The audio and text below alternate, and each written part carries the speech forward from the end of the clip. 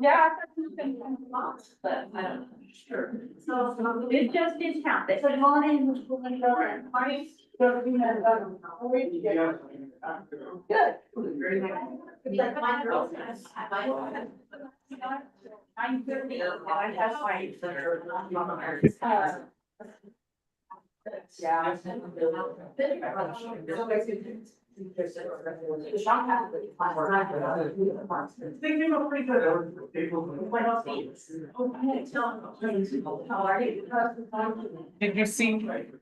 Did you see the pictures? And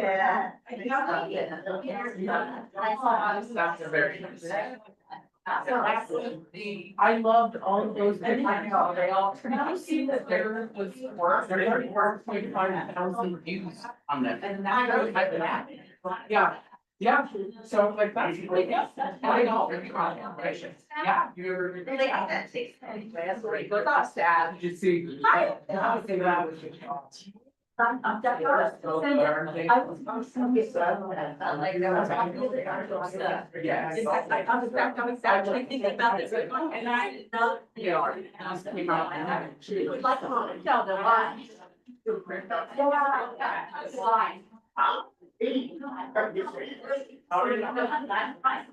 My little great granddaughter. Son.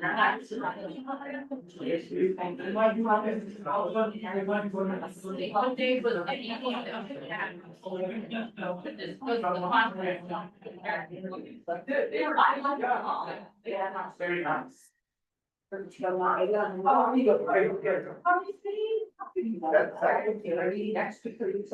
last question, where we, it's had to be the. Thank you. Thank you.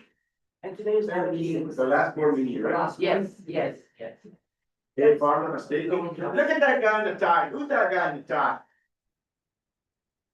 That would be my friend. Yeah, look at that. That would be my friend. Look, trustee, look at that. He makes the legend. Hey. Good morning, good morning, good morning. I really hate that I'm not able to be there to in present physically. Unfortunately, they have an Armageddon here at Dallas because of the weather. And it is quite serious. Even my vehicles are stuck from the freezing of the wet snow, and the wheels can't move and all that. So it's pretty difficult. I wasn't able to get to an airport to be able to fly out. So, Dr. Shields, I'm gonna ask you a personal question. Yes, sir. So we sit there on Zoom, the new Zoom thing, because we're not in session here. You put a tie on and a nice shirt, glasses, got the hair combed, and then, underneath you got the pajamas and the chocos. Yeah, lots of people did that. Is that what we're doing today? Well, my presentation is always going to be the same when it comes to the board meeting, because I take them very seriously, and it's an honor to present. So we're just gonna beat the fifth on that last question, okay? How was your day, Dr. Shields? I wish you were here. If you need it, Mark said to go his record, take you out. I come get you. Trustee, sorry. No, we're. Okay, I'm gonna call the meeting to order, and before I start, who are we missing? Oh, we went to the bathroom. Well, Before I start, I would just like to ask you to summarize and just make your points, because we don't really have the time to go through 4 different items today in a matter of 2 hours. sure, but So can you do that, Dr. Shields? Absolutely, Madam Chairperson. What I would like to just share initially, approving this finance policy manual is what we've done, and we have updated information to comply with the state of New Mexico laws is to ensure that, we are in compliance with the state, and which is so critical for us, particularly as things are changing rapidly, all the time. And so, what I would like to do at this time is, Mr. Justin Garcia has worked very hard and very focused on updating our policies to where it is in compliance with the state. And I would like for him, on my behalf, to present and be able to answer some immediate questions. I will also be here to also support that, but I'm going to give Justin that opportunity to present, since he worked very tirelessly to get this manual updated. So with that, with your approval, I'll let Mr. Justin Garcia go ahead and proceed from here. Okay, let me call the meeting to order first of all. I would Yes, like to ma'am. call to order and establish a quorum. Madam Chair, we're gonna do the Roll call. Oh, we'll do that after roll call. Madam Chair, Dr. Phyllis Martinez, Here. Madam Vice Chair, Luis Portillo. Present. Secretary Mark Dominguez, Present. Trustee Andrea Sandy. Here. Trustee Richard B. Hill, Present. Trustee Rolando Medrano, Here. Trustee Rosalie Ortega. Present.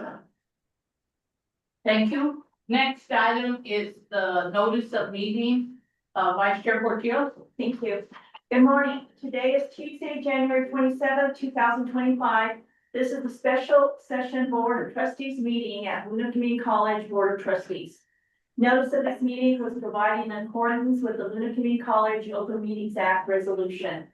The agenda was posted at least 72 hours in advance of today's meeting at the Office of the President and on the Luna Community College website at www.luna.edu. Any person who requires any special accommodations to attend or participate may contact the Luna Community College President at 505-454-2500 or 1-800-588-7232 extension 1000 for assistance. Thank you. Thank you very much. Now, could I have Ryan lead us in the Pledge of Allegiance?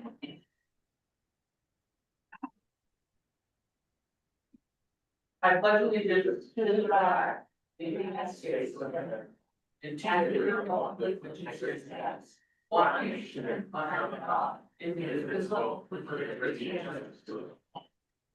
Thank you. They're already up over there. I don't know, we're gonna take directions on. Next item. Between the interruption is the approval of the agenda. I'll make a motion to approve the agenda. Second. And a roll call. Madam Chair, Dr. Phyllis Martinez. Yes. Madam Vice Chair, Luis Portillo. Yes. Secretary Mark Dominguez, Yes. Trustee Andrea Sandy. Yes. Trustee Richard B. Hill, Yes. Trustee Rolando Medrano, Yes. Trustee Rosalie Ortega. Yes. Any public comment today? No, Madam Chair. All right, thank you. The next item is Finance and Administration Policy Manual. It's Dr. Shields and Justin Garcia. First question I have right now, 4 docs. Why do I have 4 docs? As a volunteer, So the two older documents are what will be 2017, that's the old, the okay? the black and white one is the oldest document. Go to your left hand. This one. Yes, so those two that you just put down, those are the old procedural manuals for finance and administration. So So we're not gonna go for it at all. we don't, you could have reviewed them over this time just to see what we are going to be changing or replacing. Well, you did that for us, didn't you? I did, yes. Okay, so I have two new ones. I have one with 17 pages and I have one with 19 pages, which is the correct one. The 17 pages is just the manual, the policy manual itself. The one with 19, I believe, has the signature pages for the approvals, if they are approved today. I left a post-it note on the corner of one of them that said for signature. Yeah, that was on my desk, So then I don't know. but these others were provided to me previously. Right. She's from Morelos, they don't have any treatment, she's wondering how you got it out of Morelos. Part of that. Just. By the way, we had homecoming last night. Yes. We had 4 games against Cuesta, The night. 2 girls and 2 boys, and we won all of them. Wow, very good. And that's not all. My little great granddaughter was the homecoming princess. She can't be a queen because she's only in 9th grade. Congratulations. Thank you. So it's a 19 page, That was just a point of privilege. okay, the 19 page is the correct, policies that we're looking to approve. Okay, so throw the 17 away. Right. Well, I think it's, Madam Chair, if I may.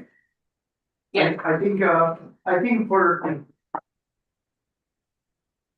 time and for what we're doing, Justin, if we can and just have clarification on some of the things that were amended and that were updated, and we can touch base on that for understandable as a whole, Madam Chair. Yeah, this is what they changed, right?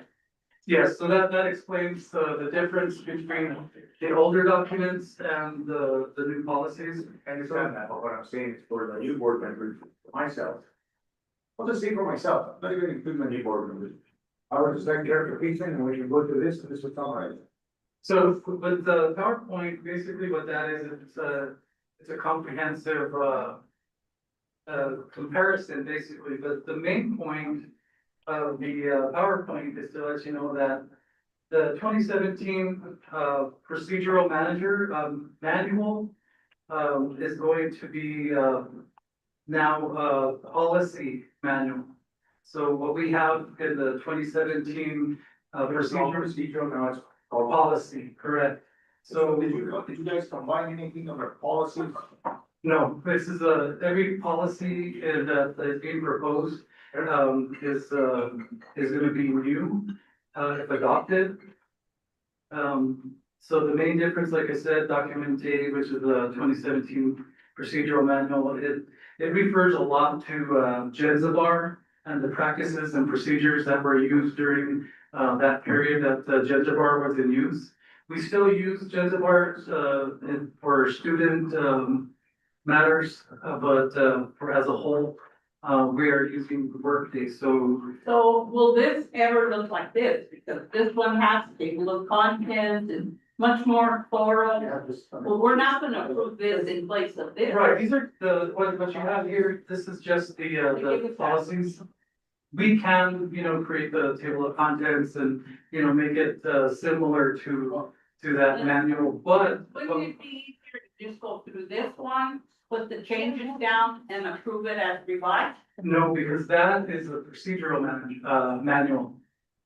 So why have 2 manuals in your office when everything? We're gonna do away with that. We will be doing away with that completely. But I have a problem with this one replacing this. This is much more specific, thorough and inclusive than this one. So the one in your left hand, that one refers, like I said, a lot to Jenzabar, refers nothing to Workday. It's got a lot of information in there that we just don't or can't use at this point. So the procedures that will come from the policies that if they're approved, the procedures will be created within the finance office. For instance, as far as So we wouldn't have access to them if they're created in the finance. they will be placed, Have access to them. they'll be put online. Anything that we create from the new policies will be put online for access to the public. Well, can I ask that we have something like this? Oh, definitely. To be dated current for the current? Yes, if we can put that together, and each section will have a procedural section to it. But like I said, as it And then it will stands, be, have table upon it to be. yes, I can make it just like that.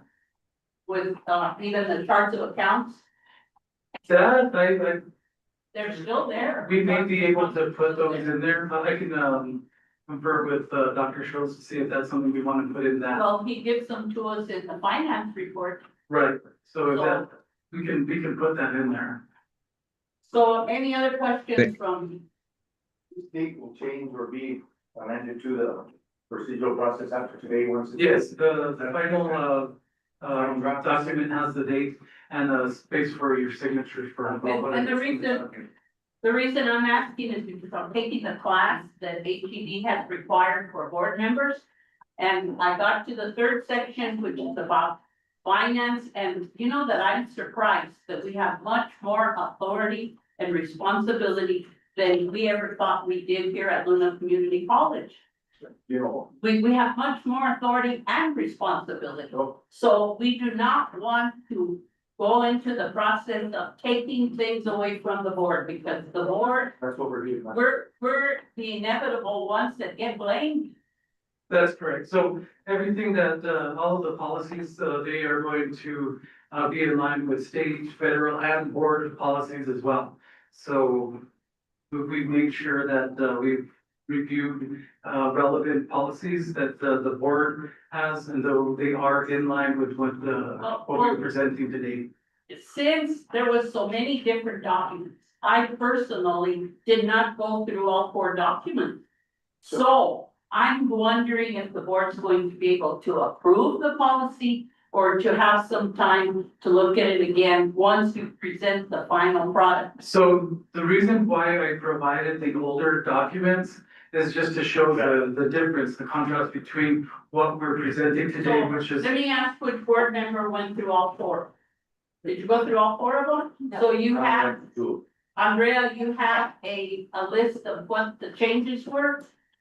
I think I agree with, Justin, where this one is a lot of just stuff that may be not directly related to the, is a little bit more confusing than the new one.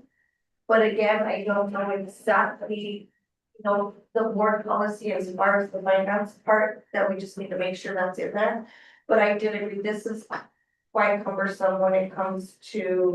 But it's also specific and thorough, and if you wanted to look up something. I think it's specific and thorough in general, but not specific to. But it can't replace, what is it, 30-some pages, 40-some pages with 17. Madam Chair, the thoroughness of the older document, it is thorough if you're working in Jensipar, in that ERP. We are not using that as far as the finance department goes, so. However, You can't, the finance department cannot use that.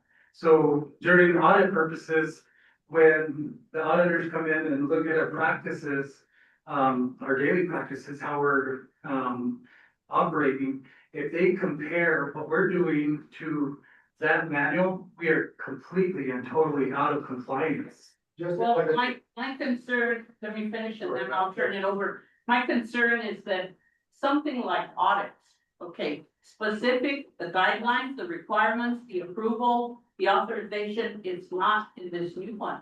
The old one, and it has nothing to do with Jensipar. That's. It is addressed in the new policies, for audit purposes. I don't see, I mean, that's just me. I don't see how we can replace this Issue I have. one with this. If we're gonna go through a. It, Just an assessment and do with you. Thank you for your time, your effort, Dr. Shields, and your team. Yeah. I don't know how much chair is.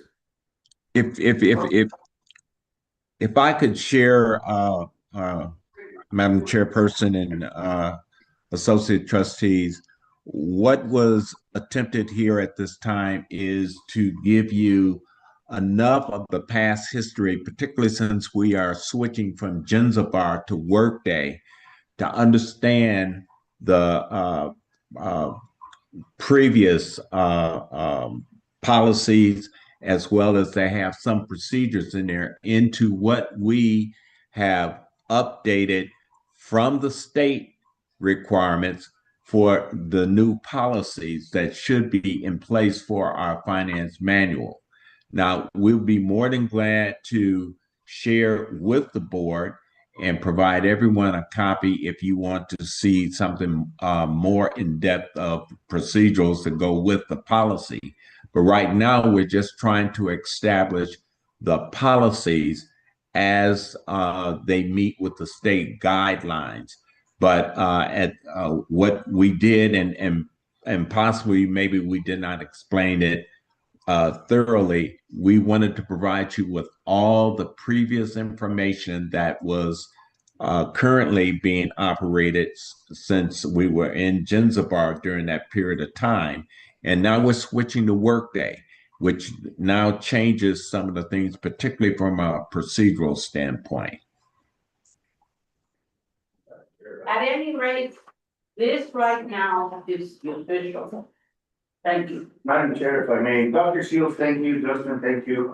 The issue I'm having is, I don't have a problem coming to trainings and gaining knowledge and sharing experiences. I don't have a problem with that. What I do have a problem with is, I don't know, making the agenda, but we're putting 4 topics. And some have approval, some don't. If we're gonna do a board, and we're gonna do a board training, then we need to go through one policy, and go through it thoroughly, so that we understand it. Not putting 3 or 4 items on there and being here 4 or 6 hours. We're not. I'm just saying, Well, well, I have to leave at 12, Madam Chair, but the point is if we're gonna do one, let's do one. And if not, let's table it, and let's make another meeting for this policy manual. I believe that the old stuff, Justin, and correct me if I'm wrong. If it's not being used for Zanzibar, but some things are still being used for Zanzibar, I think it should still be there for reference. and that's Does that make sense? according to a question that I asked in the finance committee, Zanzibar will always be part of our lives here at Luna. You can't never take it It's, away. gonna be part of the legacy system, not a useful system. And the records from the past will always be in Zanzibar. Correct, but it's, with Zanzibar, it's a legacy system, meaning we can refer back to the information that is stored there. But as far as the practical purposes in the present, It's not being used presently. Correct. It still has to be referred to. I personally would like to get going with this because we're already almost 10:30 and we haven't even started. I just want to say something really quick. These documents were provided to us as a board to read, guys. Come on, we need to get this thing explained exactly what they were talking about. And it's our responsibility to get this stuff read and have questions ready to go, because tabling it again is just not the answer. Oh, I'm not That's even referring to tabling. That's That's the first item on the agenda. You can go ahead and get started. Thank you. I just voiced my opinion. But I think,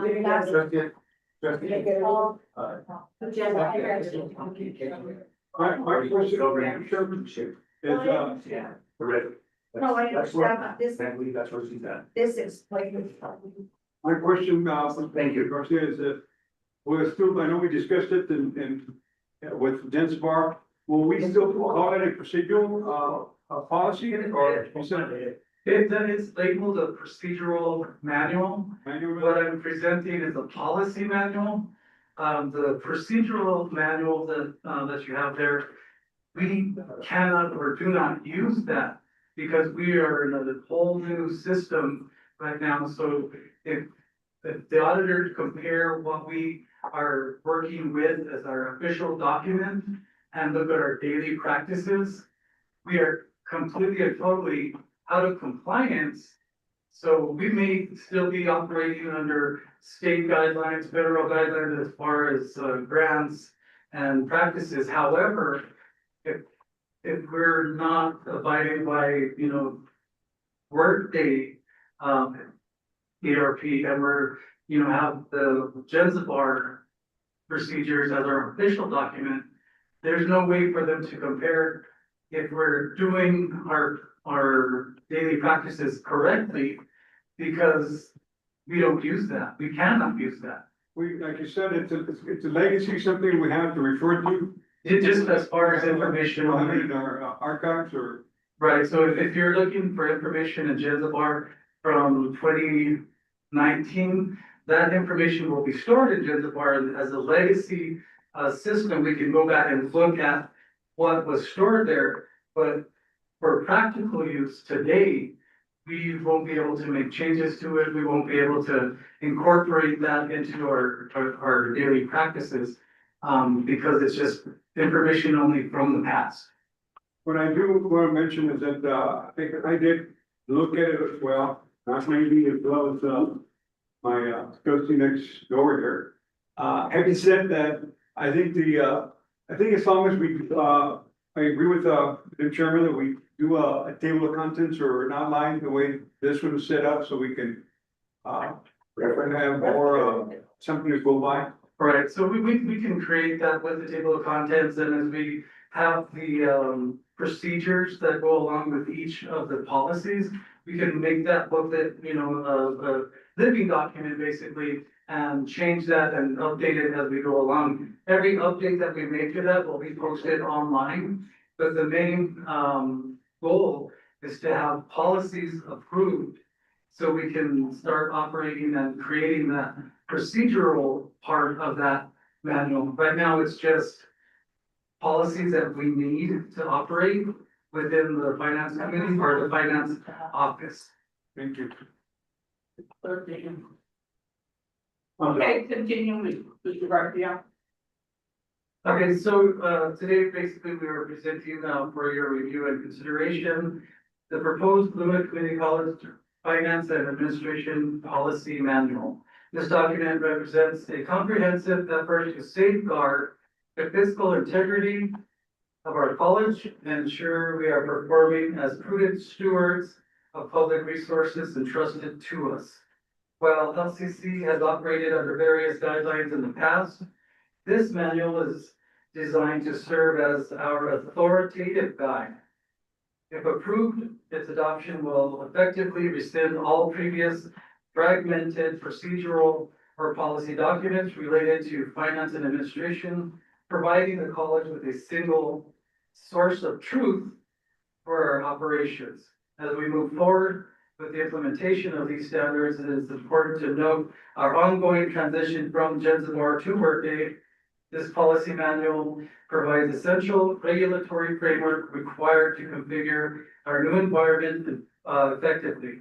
While Zanzibar served as our legacy system, the move to Workday will allow us to automate the workflows defined in these policies, particularly in procurement and budget monitoring, ensuring that our digital operations match the high standards of physical accountability outlined in this document.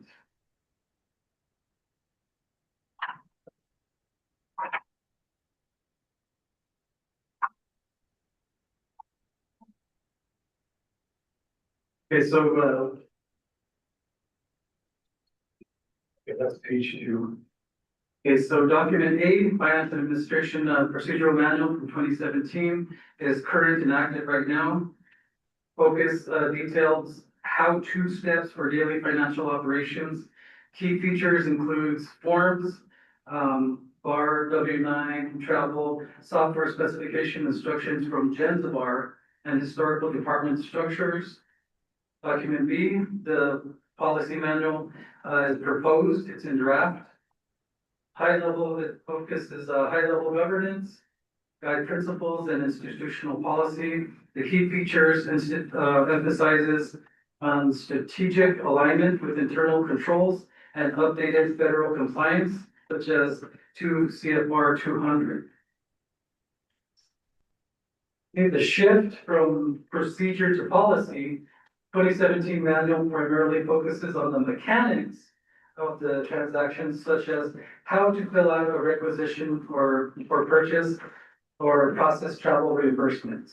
The new policy manual defines the why and the who.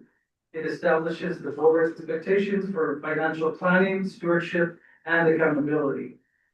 Complementary nature, The new policy manual provides the governing framework, while the 2017 manual, where it's still relevant, provides the operational steps. So one question, Mr. Garcia. Yes. So I'm glad that there isn't a process listed to replace, because that isn't necessary. You have stated here that it's going to be the governing framework for the 2017 manual for still relevant, provides the operational steps.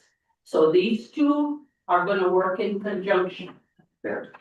Sorry. Right, yeah, a new policy manual will be created from, or not so much a manual, but a new policy document will be created. Procedural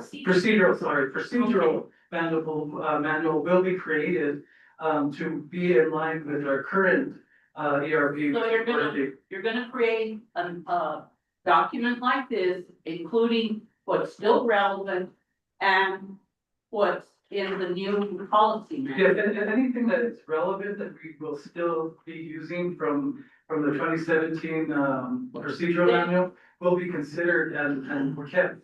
Then when you finish with that, that will have to be approved by the board. The procedural manual? Whatever you put together, including these two documents, that will have to be come to approval for the board. Yeah, because I think the normalcy around here is that we approve something and it goes back and it gets changed. Or Yes. added to. Yeah. That needs to stop. So, Justin, having that said, I don't even know if this is even worth doing this.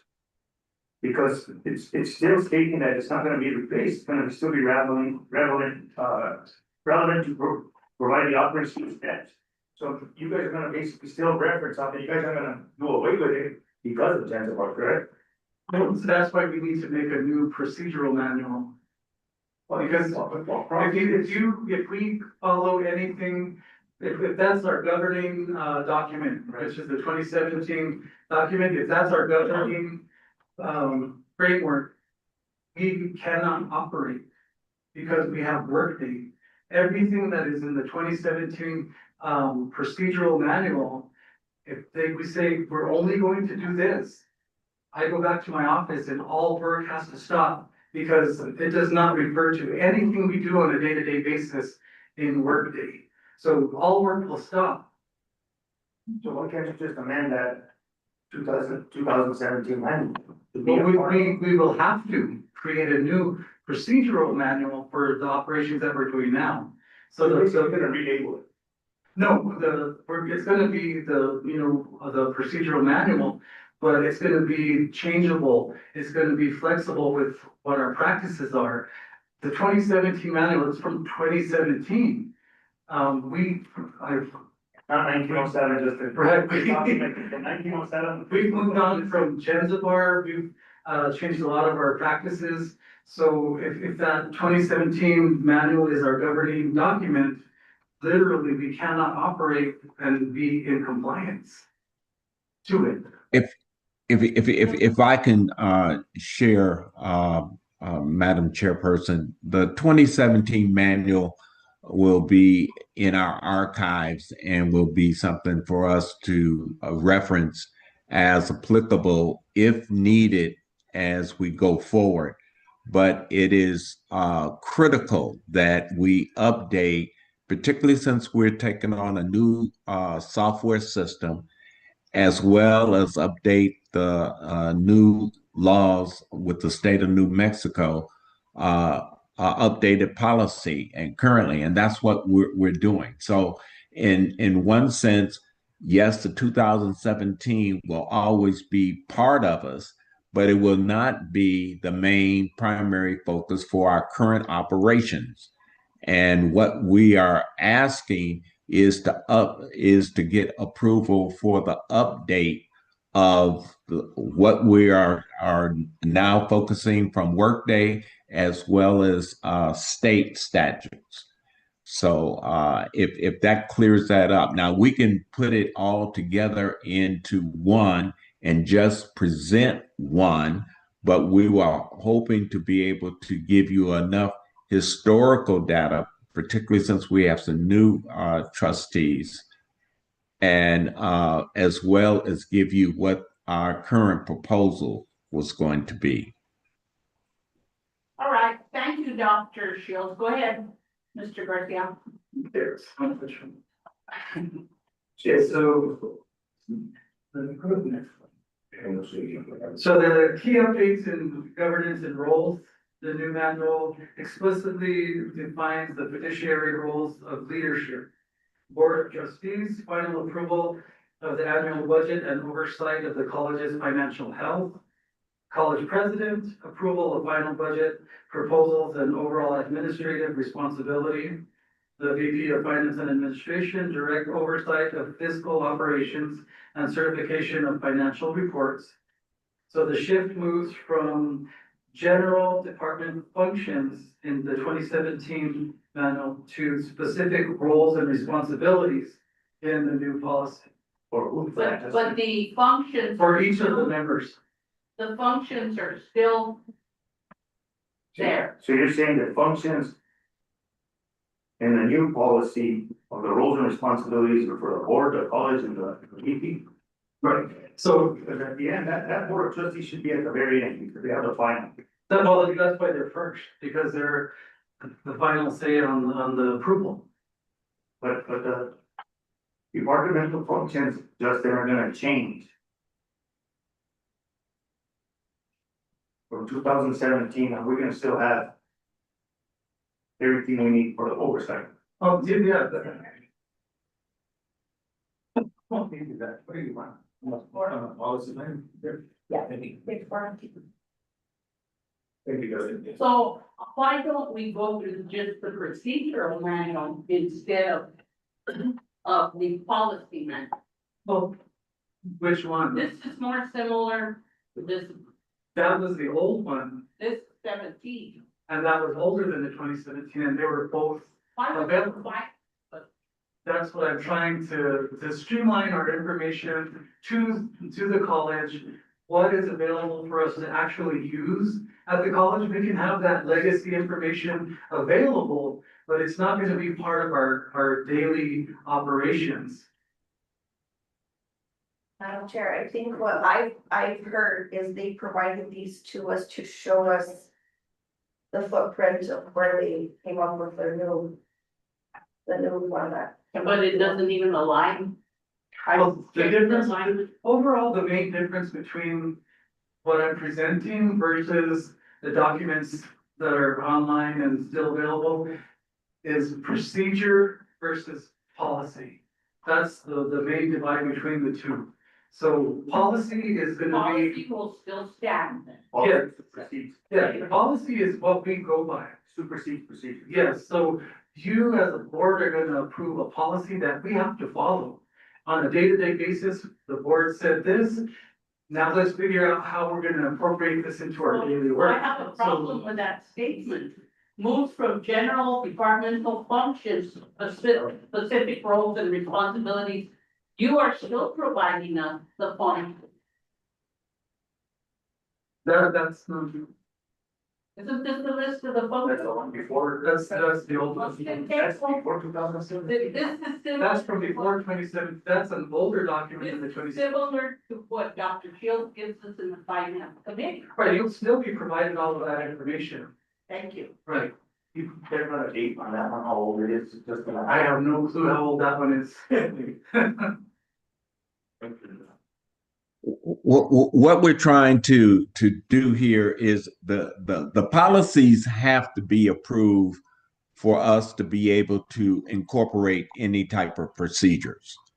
So without the policy being accepted and understood as the framework for what we are making of our finance policy, the procedurals really has no teeth or any type of substance of giving us clarity of how we go about our daily operation from a financial standpoint.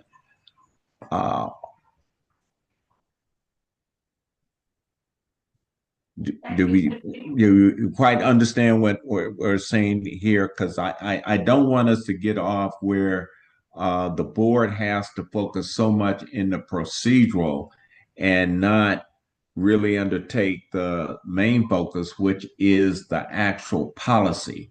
We can always adjust to whatever is needed from a procedural standpoint. We can do that, 20 times a day if time allows from a procedural standpoint. But the policy is that framework that has to be established and accepted. And that's what Justin is trying to put forth at this time here. At the same time, be giving you some historical data of the changes between the 2017 going into our 2026. Thank you. Yes, ma'am. So for financial planning and budgeting, the 2017 process was driven by individual departmental subdivisions via budget adjustment requests, bar forms. The new policy focus is the strategic alignment. Budgeting must directly support the college's strategic plan and mission. Data-driven decisions. Decisions are informed by enrollment trends and program effectiveness data. Fiscal responsibility mandates a structurally balanced budget where operating expenses do not exceed recurring revenue.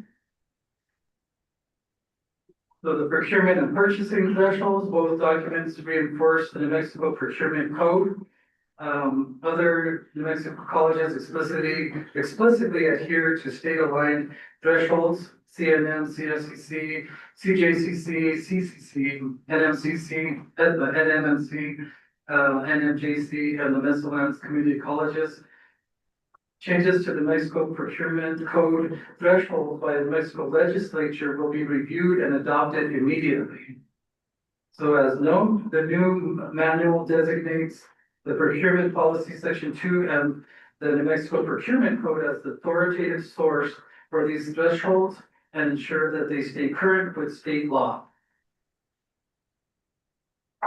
Grant and restricted fund management, 2017 manual briefly mentions sponsored programs and requirements for specific projects. The new policy manual greatly expands on fiscal compliance for grants. Single Audit Act explicitly commits to the compliance of 2 CFR 200 and the 750,000 federal expenditure threshold for audits. Cost sharing, establishing clear rules for documenting in-kind cash matching funds. Record retention, mandates a 3-year retention period after final report submission. Asset management and audits. Mr. Justin. Yes. Real brief, I'm sorry, before you continue. Why is that? 2 CFR 200 has come up, what is that? So I knew that you were gonna ask that. So basically what that does, it helps us maintain the information and the spending from grants. Right, so It's a software, it's. no, it's a law that we have to follow. Right, and it's an audit law, basically. So whatever funds that we receive from the government, and however we spend it, it has to be accounted for. And so the accountability is strict, so the reporting is gonna be strict. So we have to make sure that all of our grants adhere to that law. Thank you. So asset management and audits, capitalization thresholds.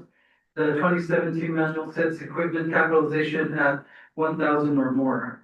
Meaning? The 1,000 threshold. So that's the dollar amount that it would be a capital asset to the school. So the disposition, both documents mandate strict. So this is change. It's current. It's 5,000 now. That's what the 2017, that's what the 2017 manual states. That it's 1,000. So if we're 5,000 now, we're out of compliance with that 2017 document. No. So why doesn't it say that? Why didn't you tell us, for the other board members, that right now it's set at 5,000. Well, this is just a brief summary of what the changes are. That's why I provided all the documentation, prior to this meeting. And why is it good not to go back, Justin? Why don't you be more accountable and be better stewards of taxpayer money? Why should we just have an open at 5,000, explain that to me. Okay, so just a quick example is the cost of goods right now, has, grown exponentially, basically. So, items that were, 8 years ago were $1,000 would have been like considered, pretty expensive. Now, I mean, it's basically disposable goods. Disposable goods. So, Right. let me ask you this general question right now, real quick. So if we're at 5,000, anything under 5,000, do we tag and do we inventory that? Yes, Chris does the inventory on, Chris has the inventory on, all of those items, desks, chairs, all of And them. you need board approval? Don't you need board approval to do away with any of those items that are, whether they're running or not running? We need- chainsaw. We have that capital, or we have that, asset disposal. That is going to be one of the, policies. And we have, they're strict. I know we ran into an issue with the vehicles in the past. I didn't run into it, I didn't. All over it. Right, so in the past, we just wanna make sure that we follow, state guidelines for everything that we're disposing of, everything that we're bringing in, so that's, what we're looking at. The fixed asset inventory will continue regardless of the price of the item. Right. You have a bottom price, $5,000, because that leaves out all the laptops for anyone to take because they're not part of the. Well, they're still being tracked. The laptops are still being tracked by IT, by the department. They know who has, Snow blower, anything else that's under $5,000. each department is responsible for tracking all of their equipment. They need to keep that inventory. So if it breaks, they have to go through the process to get rid of it. But we can't inventory every single item in the school because that becomes a tedious process, in itself. Post it bad, and. Right, so Justin, dumb question, does If- the state cover a minimum threshold of what you should have that capitalization? Is that the state or is that the lumens? I can find out for sure. So it's a state. It's a state, the 5,000 is a state law. Okay, that's what I'm asking. Yeah. So the. 5,000 is a state, and it's also what the auditors look at. The auditors do not look at items below $5,000. That would, our cost for the audit would go up tremendously. What really needs to do is, in the future, as time will allow, as well as manpower, we need to establish a software that can, want to be able to identify all those type of equipment that's below $5,000, but still should be tracked. And we are doing a lot of that currently. Particularly when it comes to laptops, computers, equipment such as you mentioned, the snow blowers, those type of things there. We are tracking and make sure that we have all those things. But we also need to look at also all our furniture and everything, and all of it needs to be barcoded and tagged. But that is something in the future that we need to do, and that would, come at a cost as well as time to be able to make that come to fruition. And I come from a public school background, and let me tell you, we had rules, nothing like this, because we couldn't even put textbooks out with the trash or use computers that were old in the trash. We had to document everything. And the other issue, which you just brought up again, was that when you put items to dispose, shouldn't there be a policy in here somewhere? Because the college didn't know there was a policy. There's a policy and we're going to follow the state guidelines.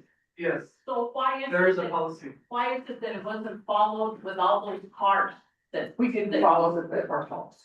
It was a mistake. There is a policy and it wasn't followed. It was a mistake. So can we underline, highlight, bold the font, do something so it doesn't happen again, because eventually the board is on the hook.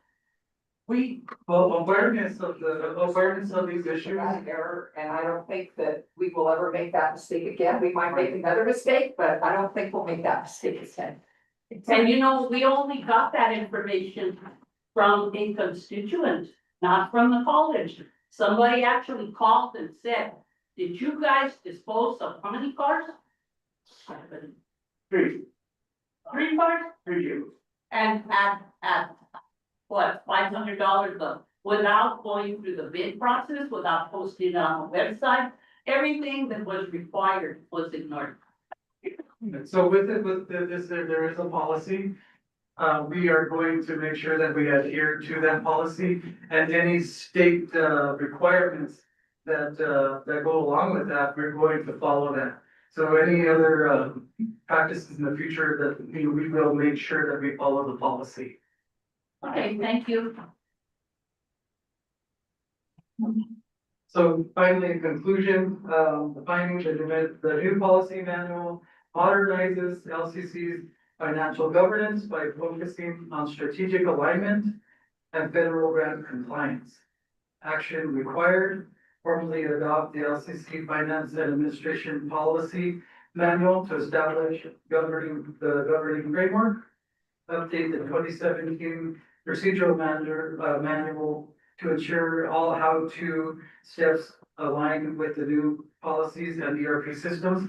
That means we're gonna update that and make it the new procedural manual. And ensure continuous training for department directors on the new data-driven and strategic budgeting principles. With that, my presentation is complete. Dr. Shields, back to you.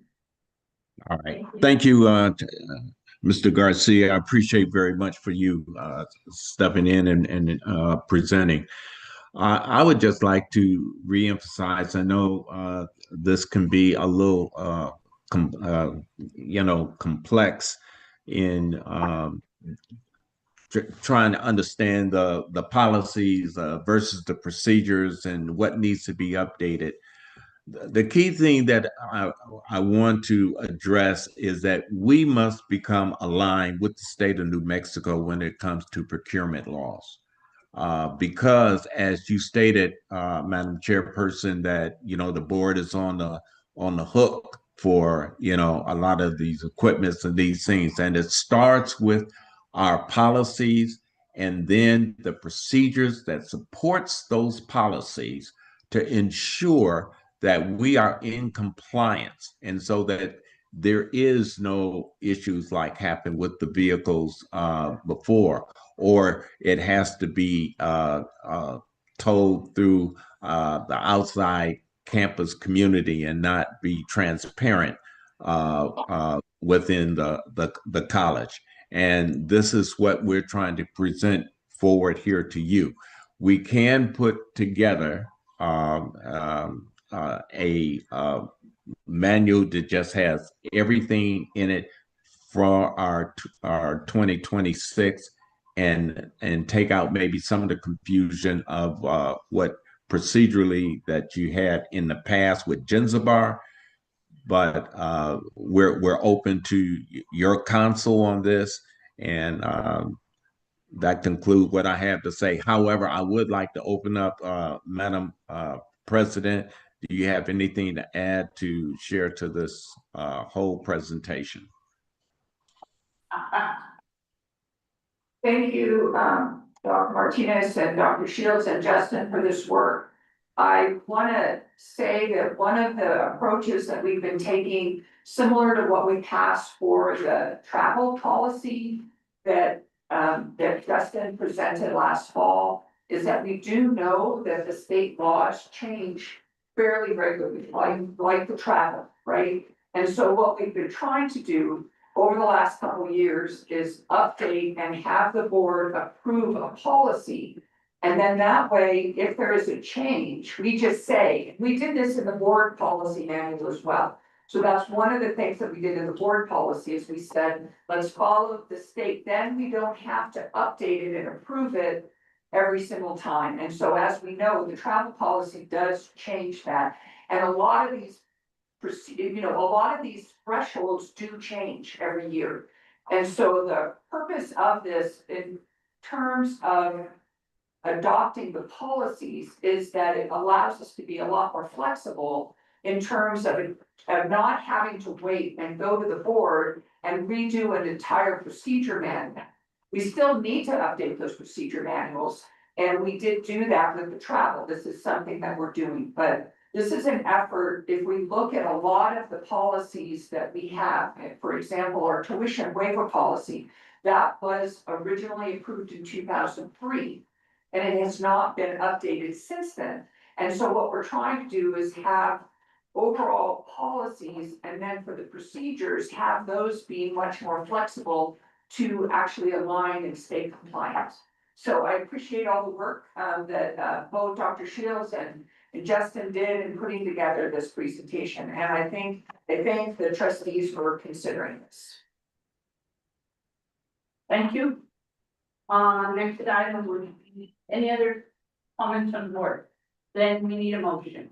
Madam Chair, I'd like to make a motion to accept the policy manual, however, not to replace the existing procedural manual, but to combine the two.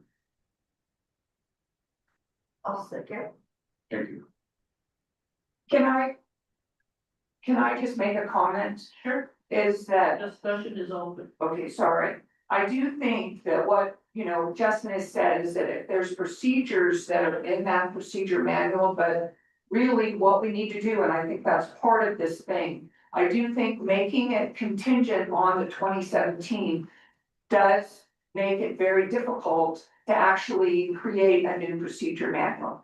And so I do think that I recommend that we adopt that the motion be amended to adopt the policy manual, but that's just, I'm not a trustee, but that's, Yes, you're not. I'm not a trustee, but I'm saying that there are gonna be confusions. There's gonna be confusion. I'm sorry, so there is gonna be confusion with that motion, but I'm not a trustee, and so I'm just making that comment. The motion is simple, motion to accept the policy manual. Right. However, not replace the existing procedural manual, it can't really be replaced. It can be done. Because it's still part of Jensen's part of the archive, but to combine the two, that is the Can motion. I ask a question on that? So with that motion, what it means is you're not gonna do away with the 2017 procedural manual. We'll just update it to what, so Exactly. we can rename it, You stated in here that it was not gonna be. right, so we can update it as we go along, but we're not going to follow what is not being, that's not relevant. Thank you.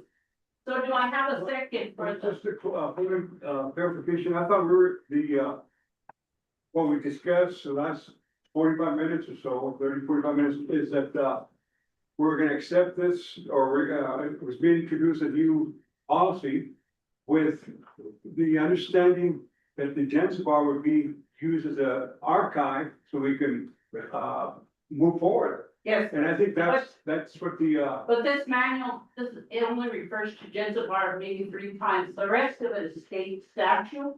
Accounts receivable, general, tells you what it is, what the buildings look like, what the record keeping is.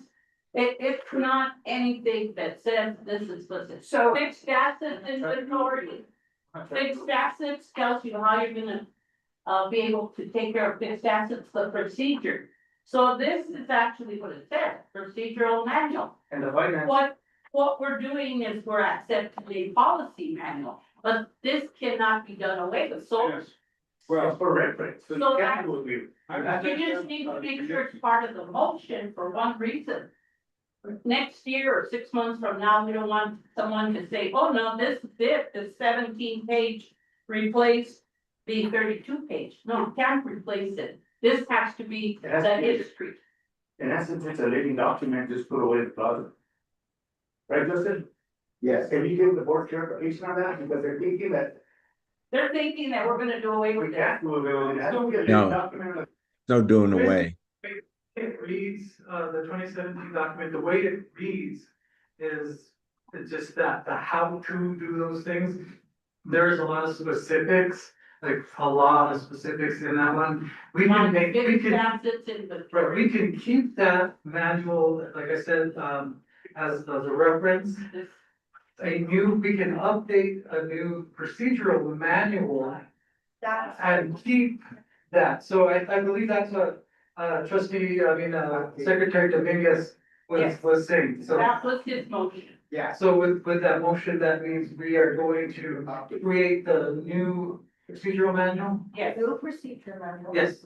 And accept the policy. Yes. right, that's what the motion said. Yeah. Okay, Doctor. so did you? Yeah, trustee, did you- second. Did you retract your second?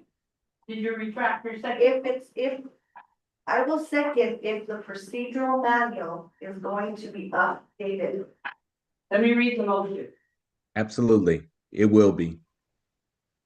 Motion to accept the policy manual, which is the one that they're giving us now. Yes. However, not to replace the existing procedural manual, but to combine the two.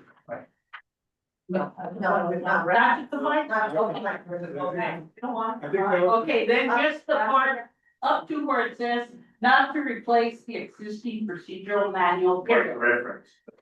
What you need to reference, is that what you said? Yes. Yes. But to be, yeah, and procedural manual. Right. Yes. So not combined. Is that okay? Trustee Lucas? Wow. No. And also just, just to make it easier is maybe Dr. Phil will just a table of contents just to find stuff right. Yeah, that will be created. You mean reference? Did you mean reference, trustee Sandy? Because that's what I've been trying to say. And I didn't document with, along with Mr. Garcia, what he's been trying to say. Not to put it in the floor, not to put it in the first row of reference, but to be there. Does that make sense to you, Vice Chair? I'm asking him, Combining, referencing or totally. I'm asking him to repeat his motion. Well, I'm trying here. Does anybody have something? Just put me out of my misery. Thank you, guys. Motion to accept policy manual, however, not to replace the existing procedural manual, lead to reference. Is that fine with everybody? That's fine with me. That's fine with me. As long as we know that this is not gonna be thrown in the trash after we leave. You are stewards of, Referred to that already, yeah. we're gonna be getting into more clarification later on. So we have a motion. Do we have a second? I think we discussed it, Madam Chair, that it's gonna be uses of reference. Yes, as long as it's The trustee? yeah, Do we have a second and get on? You want to make a second? Yes, okay. Okay. Rosalie. That's what- Oh, Move on. who is the second? Okay. I think, Because, yeah. okay, because I had two other ones, if that one didn't go. Okay, a vote. Madam Chair, Dr. We Phil finished Martinez. discussion, right? Yes. Okay, okay. Madam Chair, Dr. Phil Martinez. Yes. Madam Vice Chair, Luis Cortez. Yes. Secretary Mark Dominguez. Yes. Trustee Andrea Sandy. yes. Trustee Richard B. Hill. Yes. Trustee Rolando Medrano. Yes. Trustee Rosalie Ortega. Yes. Okay, so let me make one point, You can. let me say something quickly. I have never seen this, probably on the website, but together with my gosh, that website to me is a hole to never be able to get out of. I can't even find stuff that I need to find. So this was never provided to me, and I'm on the finance committee, but I can tell you one thing. There's a lot of things here that I have questions about on the finance committee that are answered in here. Thank you. Madam Chair, for me. Dr. Shields, I'd like to thank you and your team, and especially to Mr. Justin for clarifying the questions and the opposition that we had here today. At the end of the day, we're stewards of taxpayer money, you included. With what you purchase and what you have to take in at the end of the day. And, thanks for just being, goodwill and best practice, Justin, I appreciate you for that. Appreciate you, sir. Thank you, Mr. Dominguez. I greatly appreciate all the board, your support and the questions and the counsel that you given us, and we will take this wholeheartedly and and move forward and go through this policy and address the things that needs to be updated, needs to be corrected to fit the operation, the guidance, and the sustainability plans that the college has for it. So again, I appreciate the support of the board today, as well as our president. Thank you. Okay, so one more question to Mr. Garcia. Yes. I'm gonna throw away the one that has 17 pages, and I'm gonna keep the one that has 19. Yes, I would. This is it. I do have a copy of one with the signature page at the very end as well. Well, that doesn't help me because I have to give that back to her. Oh, yeah, you keep that one. 19 pages. Oh, keep it, okay. Yes. Thank you. All right, next item on the agenda is approval of BOT policy manual. Oh, this is another mud hole. Hey. We have one more thing in the policy, but they've been at it for a long time. I haven't seen them, seen them in the policy. Okay, That's good. for the board that has been here a while, do you need and for the new board too, probably, Does that, I don't know, I do go fine. Thank you. do we need to go through the changes from the old one? I think it would be good one to. Madam Chair, I just found one error that I just wanted to talk about, and I don't think it was on the changes. It's on page, The 1600. You're on. 1600 was there. It's that area. And this is in the policy manual, Yes, page 16. page 14. Under the 1600 for orientation and training. Yes. I was just going through this and it's a no later than a month following the election of new trustees. That's state law. If that is the only way. So is this speaking specifically to a month after we get elected or a month after we get sworn in? Sworn in, because before you're For sworn in, you're not a board member, you made upon the vote, you made upon the election, but you're not sworn in.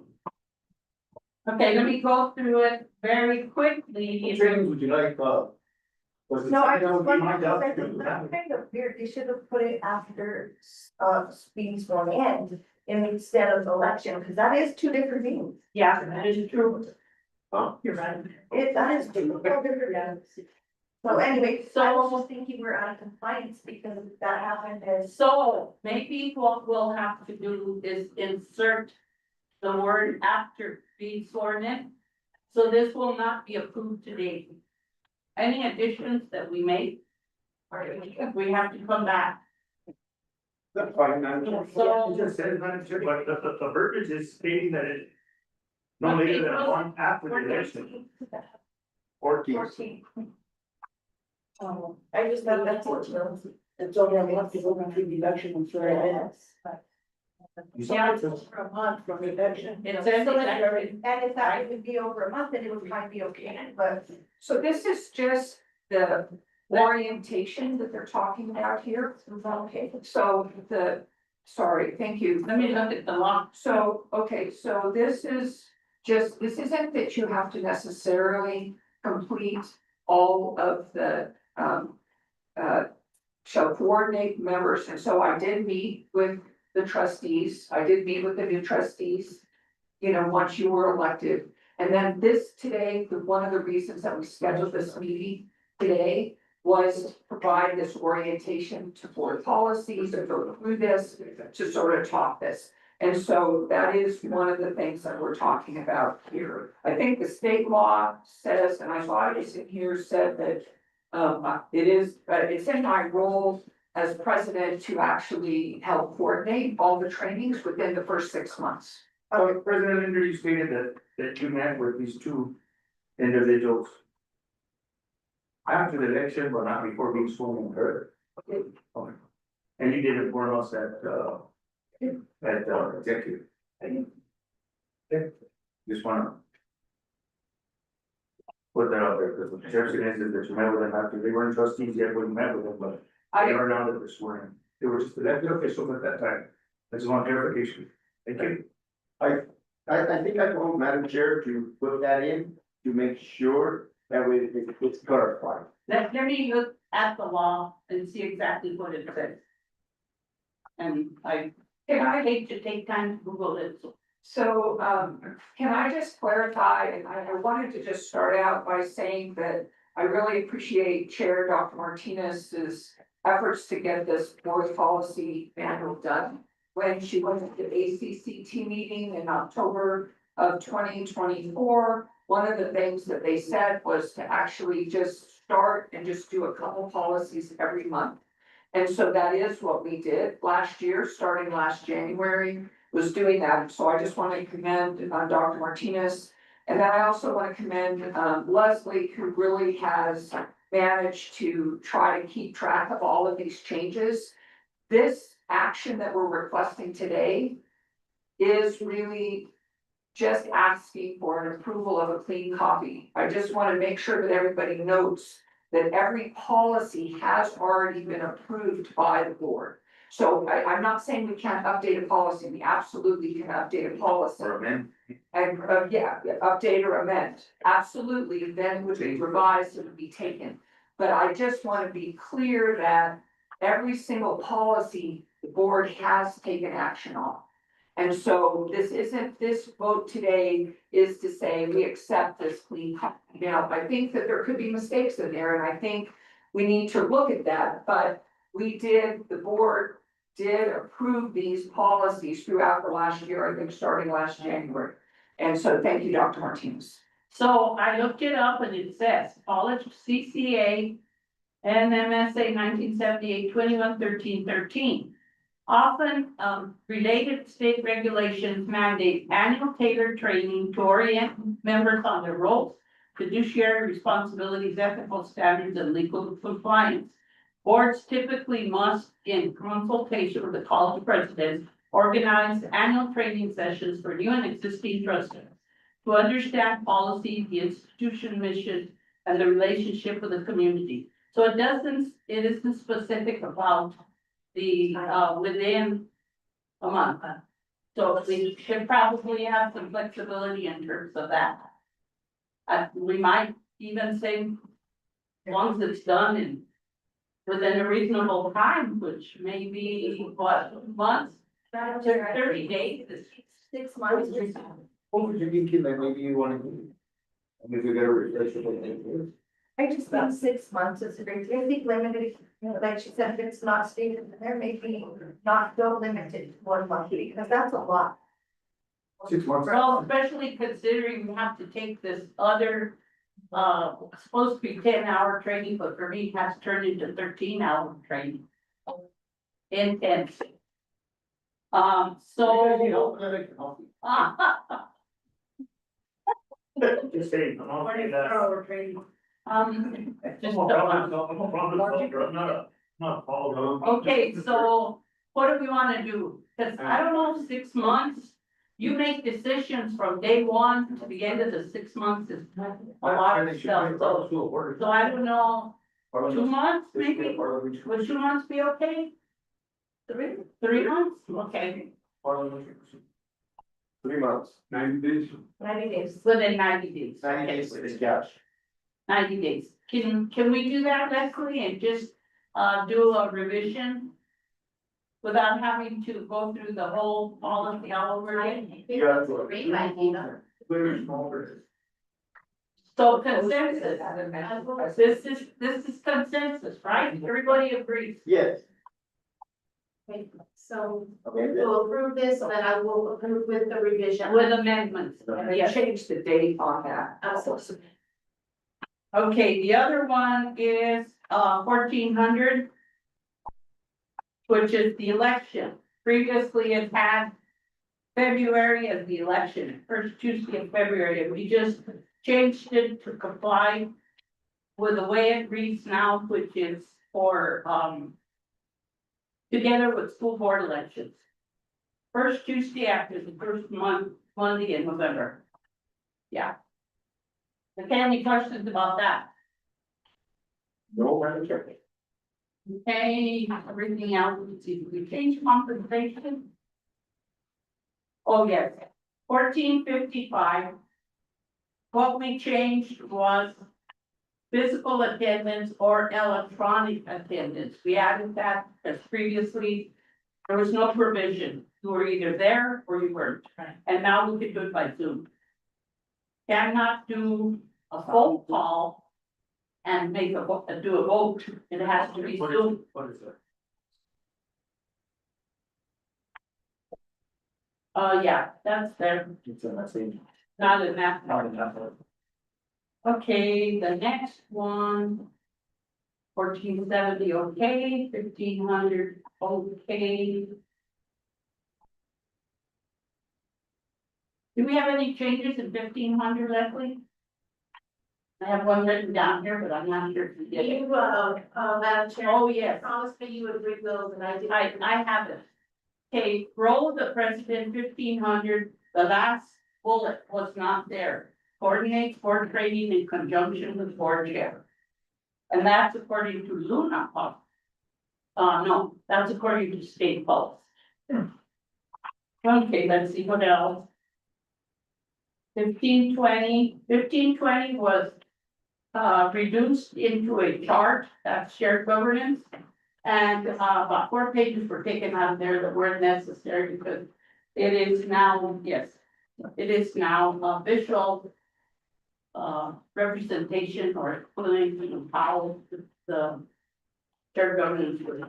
By the way, Dr. Shields, did this policy manual have to be taken to shared governance?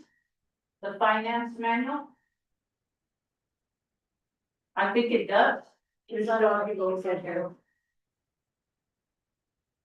Somebody muted. You're muted.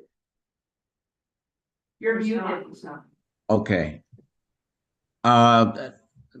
Not that I can recall where shared governments through my past history, I've never seen where a finance policy had to go through shared governance. I was under the impression that shared governance had to be a part of every decision-making issue. Well, I mean, I don't know if that's a policy here at the college. I'm just saying from my experience and history, it's never gone through a shared.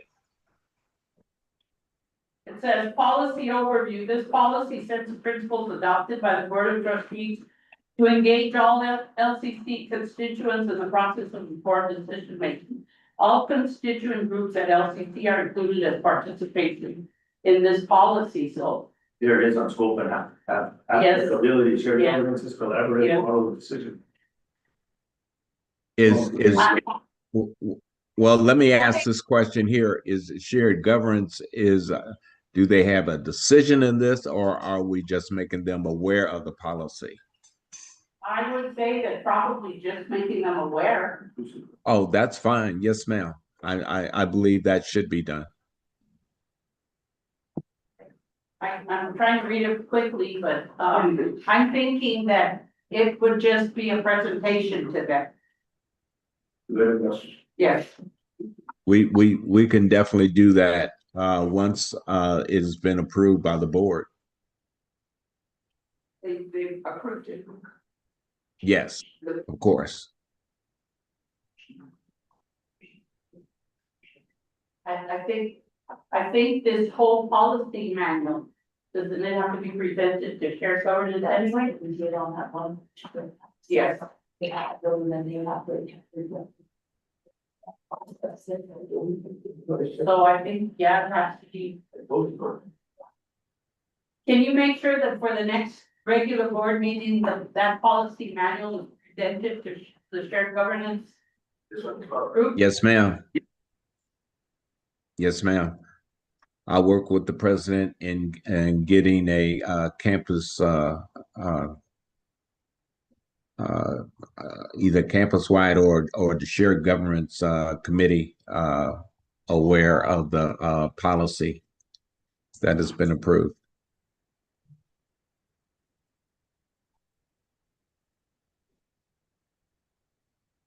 Okay, the next one was 1600s.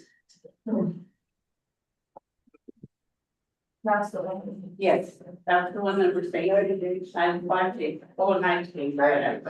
I put 95, give it an extra 5. You're next to five. And on 1700, we included. The second. Paragraph. So if everybody wants to read quickly. Let's read it. Let's read it. If a meeting of the board is recorded. The thing I need to leave out is. If a meeting of the board is recorded. Recording. It says it's Yeah. recording, but, Is recorded. The webcast, so leave out INGS and an OF. The webcast and an electronic copy of any minutes approved at the meeting shall be posted on the college website within 1 week of the meeting's conclusion, shall be publicly available for at least 1 year following the date of the meeting, unless the state records retention schedule provides otherwise. And that was from the attorney. Recorded. Is that a question? Yeah, recorded. If a meeting of the board is recorded, the webcast, so delete INGS OF, not meeting. Got it. Okay, the other item. Or section where it was changed was. Gosh. 1800. And that one is. Emergency meetings. And previously it said under limited circumstances, blah, blah, blah, a whole bunch of stuff. So we deleted that and we added. May be called by the board chair, consensus of the board, only in the event of unforeseen circumstances that if not addressed immediately by the board. Will result in injury or damage to persons or property or substantial financial loss to the college. The board will avoid emergency meetings whenever possible. And I think there was. Something else there, which, I don't really have time. To read all of this. Oh, right, Leslie? Yeah. Okay, the other item was the work sessions. Which was emergency meetings, special meetings, we did not change. Okay, and, work sessions, we changed the word. Informal. No, work sessions was okay, informal gatherings. We deleted meetings. Because we have to include trainings and workshops, and we don't just want them to be there's no work sessions, they don't have any more those. informal gatherings. Right, sure. Yes, and for this is, it doesn't have anything to do with meeting here at the college like we are today. It has to do with the round table, for example, where there will be 4 or more board members.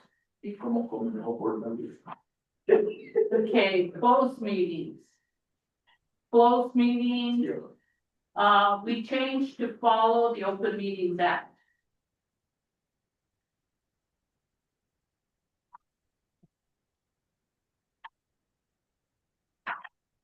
The next one, which is, and we were specific in terms of what a closed meeting what may be discussed in a closed meeting, and we went with that according to the Open Meetings Act.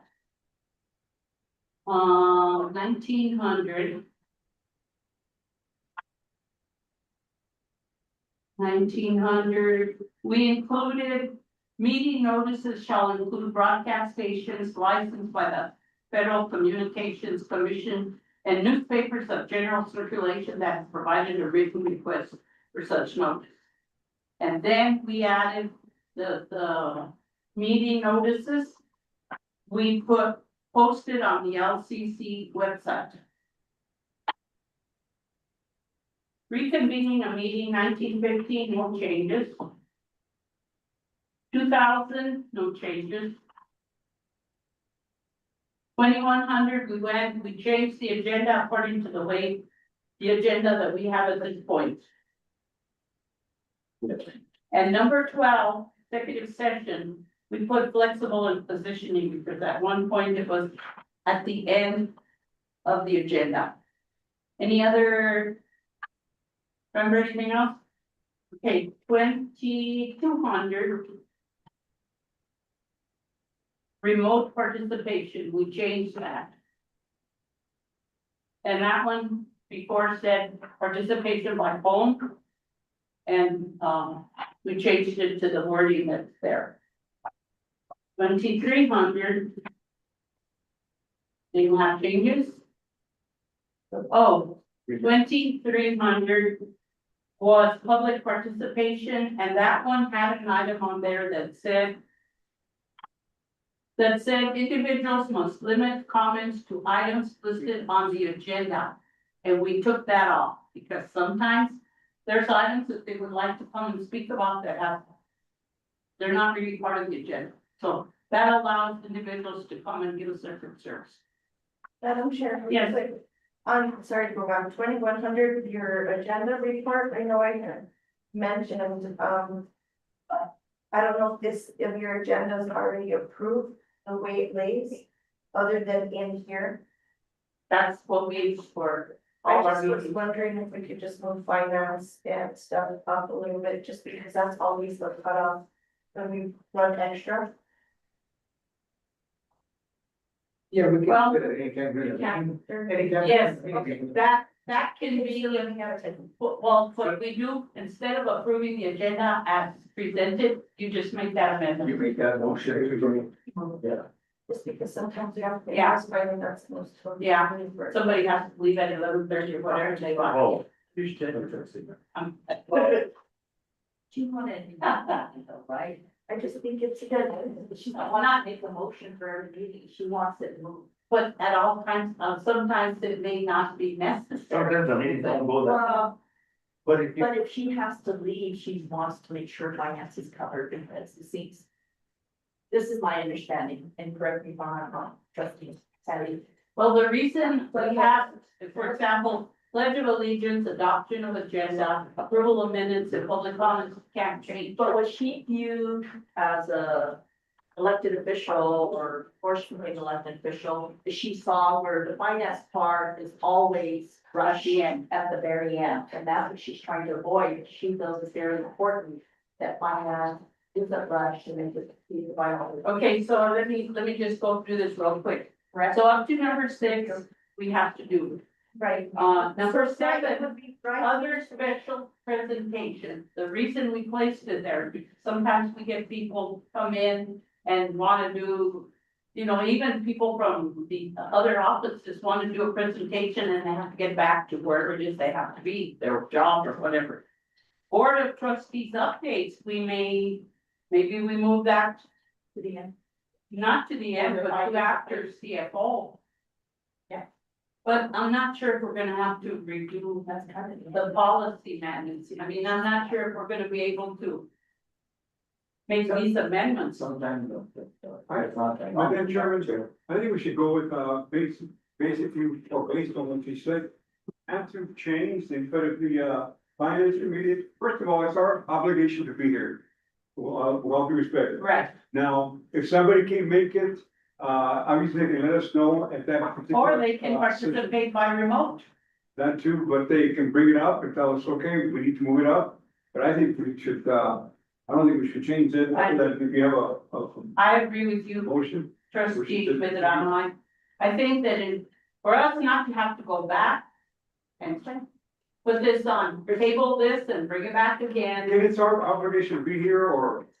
You're right. What's the, No, elected officials? That's not the concern she's having. I think just. Her concern is that Help me it's out. being rushed, finance is being rushed at the end, and she feels that's one of the most important concerns. So do we have a limit that it's gotta be, stopped or shut down and No, the go up? meeting just prolongs and prolongs because of all the questions and everything else, so by the time the finance comes, and we're rushed because we want to move this and get out of here by 12 o'clock. Is Well, with all what due she's saying. respect, I'm not in a rush. Neither Well, of us. she is. I understand that, I understand that, but that's why she can bring it up Yeah, at but we that, need to try to, special we need meeting. to accommodate all trustees. Let me do consensus. I agree with you, trustee Medrano. Trustee Vihil, you want to change the, amend all over again, change the board policy? Well, Madam No, we're Chair, not changing all the board policies, we're just making it change right here. Yeah, but we have to bring this back to the table. We're already bringing other stuff back to the Or table. is that just This, the thing is, what we're doing is amendments. This is not an amendment, this is an actual change. Okay. Oh, go ahead. so I think, and with all due respect, trustee Encinas, I think that if you don't want this, let me know, and I can, when she opens the board meeting, I can make a reference to change the finance to the top. It's whatever you like, if, some trustee, when the attendance not that long, That's right. And sometimes they are, and I see her. I see your point. I see your point totally, and I see yours as well, on 6-1, I'm just saying that if it's a long agenda, then we should move it immediately, and we can, and that's not a rolling forum, if we discuss it before a meeting, board meeting, we're all here. We're all gonna be in a meeting, so if we look at it and we think that, that's my point. I would like to say one thing. I have been a trustee for 6 years, going on my 7th. I have never missed a meeting. And I've stayed the entire time. Well, if we, And I have other responsibilities too. I have another job that I held. who showed you the way, Madam Chair, I haven't missed a meeting either, don't, I'm just saying that we just need, if the board member is requesting, I think we try to, I we always try to accommodate one another. I think if it's requested at the beginning of the meeting before approval of the agenda, to amend the agenda, we're more than, we're people. I think that's great to my mind. I'll do it for you, trustee, if you like. I support it, I mean, but I support it, but I don't wanna change the agenda. I'm gonna have to go back to the drawing board again, because there's gonna be another issue comes through. what do you think? I think we do it per meeting because we don't necessarily always have a big presentation. And some of us are not even here sometimes. And we have to listen to it no matter what time. Yeah, But with all due respect, I understand what she's saying. Yeah. By that time we're tired and it's like, get out of here. But it's not always that long. Or we could move it. We could move it. okay, the only thing I don't like is where it says limited personnel matters pertaining to the president's contract. Is that supposed to be like an example? Because limited personnel, limited College, executive session To the can college. be 8 different things. should be pertaining to the college, that's what it should, that's the verbiage it should read, not president's contract. That wording came from the attorney's office, I don't really answer that question. Well, then he's not correct. Yeah, so maybe we can just put something that says example. To the college. Pertaining to the college. That means that covers everything. Whether it's litigation, whether it's whatever. Madam Chair, with all due respect, can you call the attorney? Yes, Thank you. and ask him why he only listed one, and there are 8 different possibilities. Thank you, Madam Chair. Okay. Madam Chair, if I may, we have to go over these policies again every year, Yes, that we can make those changes again. all right, After the review from. thank you. Okay, policy number, Oh, yeah, we're not done yet with this one. well, yeah, we already have consensus. But Oh, we're not ready then. I'd like to see the vote. we don't need to take a vote because it's No, not. I actually like to see a vote with, Trustee Medrano? consensus. I think, we should stay with it, provided that, I'm not sure if it's Sandy or Cindy, I'm not sure. Sandy, if one of the trustees has an issue that day, today or the day before, they read the agenda, then they can bring it up. Yes, I think, trustee Behe mentioned that, and I think, I agree with that, that's my. okay, so do I. I said the same thing as well. Okay, so that's 4, Rosalie? 5. Trustee Encinas? Okay, and trustee Portillo? No.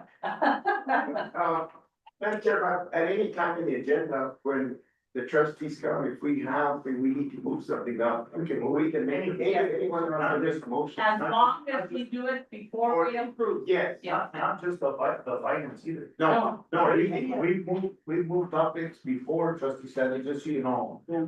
For people that have been accommodating family members or caring for family members, and they have to present.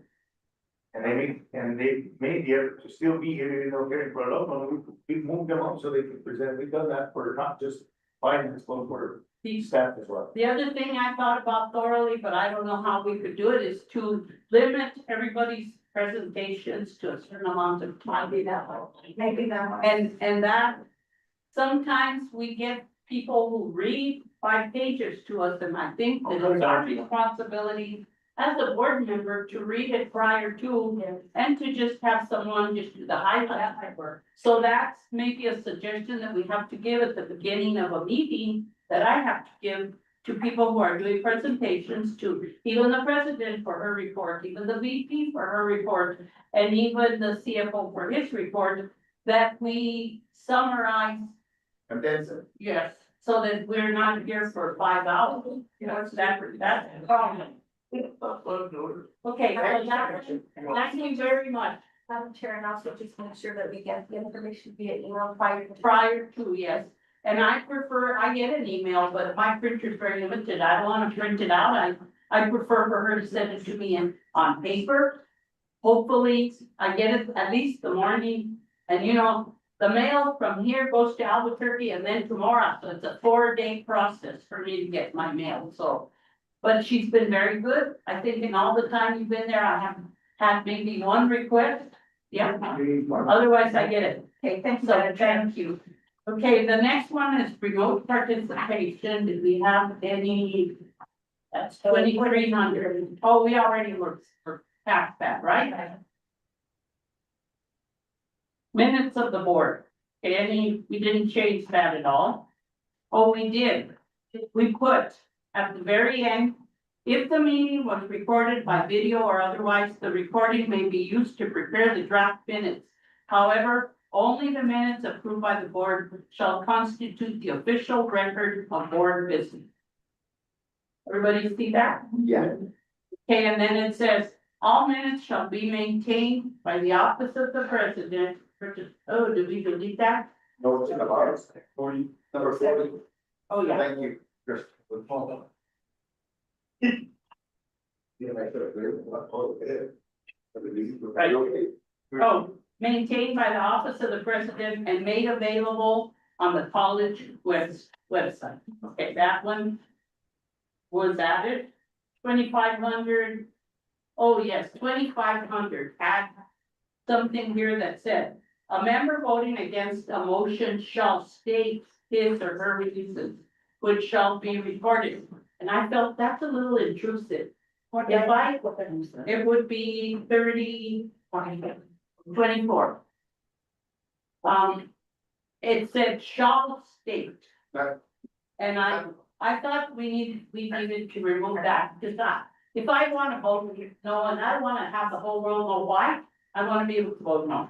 I think if you. So we removed that, Yeah, that's. and so now it says may state. Excuse me, instead of shall state, Even if you abstain, you can state why if you want. if you want to, but you're not Would you agree? forced according to What do you policy. think, Vice Chair? I agree. You abstain? Okay, 2,600, Reading traction, Vice Chair. nothing changed. Work in progress. 2,700, nothing changed. 2,800, nothing changed. 2,900, nothing changed. Oh, this one, 30. We added so much to this, code of ethics, prohibited political activities, conflict of interest, all of that was expanded. And the attorney gave us the information. Contracts involving board members, confidential information, censure, all of that was added.